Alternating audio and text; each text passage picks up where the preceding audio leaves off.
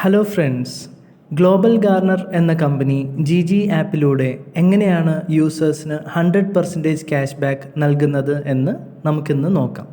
സെല്ലറും ബയറും തമ്മിലുള്ള ട്രാൻസാക്ഷൻ നടക്കുമ്പോഴാണ് ഒരു കച്ചവടം ഉണ്ടാകുന്നത്.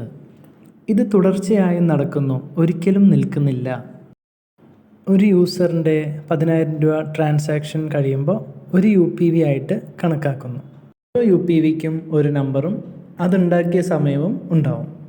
എക്സാമ്പിൾ, ഒരു UPV നമ്പർ 1200 ആണെങ്കിൽ അതിൻ്റെ കൂടെ ഒരു ടൈം സ്റ്റാമ്പും ഉണ്ടാവും.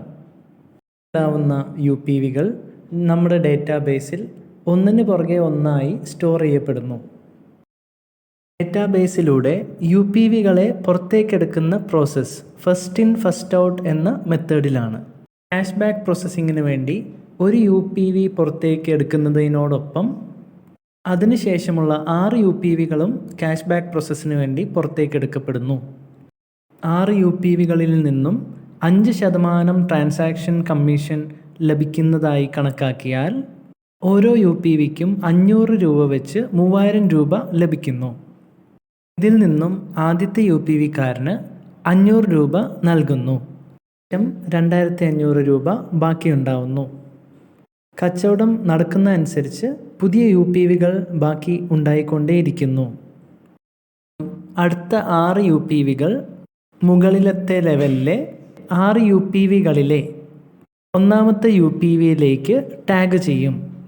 ഈ ലെവലിലും 6 UPVകളിൽ നിന്നും 3000 രൂപ കമ്മീഷനായി ലഭിക്കും.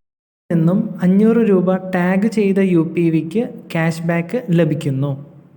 ലെവലിൽ 6 UPVകളും പുതിയതായി വരുന്ന 6 UPVകളുമായി ടാഗ് ചെയ്ത് കഴിയുമ്പോൾ ലെവലിലെ എല്ലാ UPVകൾക്കും 500 രൂപ ലഭിക്കുന്നു.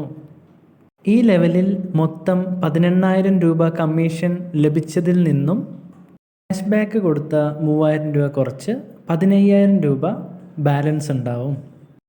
1000 രൂപ 2 ലെവൽ മുകളിലുള്ള UPVക്ക് നൽകുന്നു. അപ്പോൾ ആ UPVക്ക് 2 തവണയായി 1500 രൂപ ലഭിക്കുന്നു.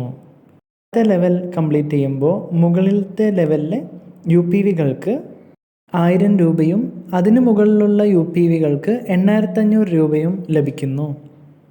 ലെവൽ 1ലെ ഫസ്റ്റ് UPVക്ക് 100% ക്യാഷ് ബാക്ക് ലഭിച്ചിരിക്കുന്നു.